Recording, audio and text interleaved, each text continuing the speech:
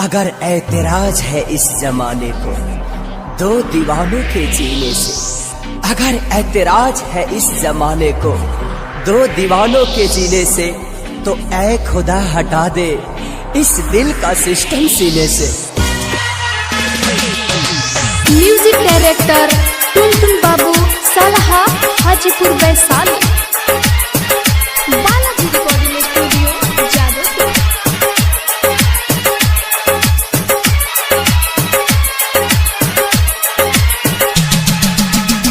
Presented by Anshu Bala music. छोड़बू तो दीवाना कवना बोर के होई, छोड़बू तो दीवाना कवना बोर के होई। आखिरी मिलन मोटा मोर के होई, आखिरी मिलन मोटा मोर के होई। हमर नहीं भइले तो तोर के होई, हमर नहीं भइले तो तोर के होई।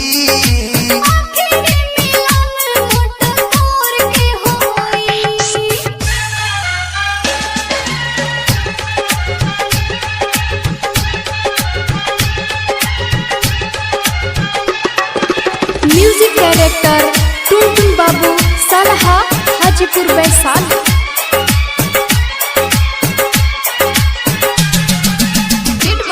अंशु बाला म्यूजिक।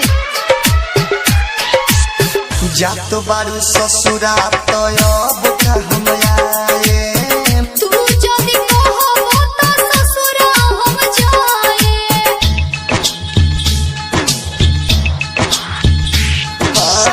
जात बारू ससुरा तो अब का हम आए। तू जदी कहबो त ससुरा हम जाए। आवो रोवा रोई गर जोर के होई, आवो रोवा रोई गर जोर के होई। आखिरी मिलन मोटा कोर के होई, आखिरी मिलन मोटा कोर के होई।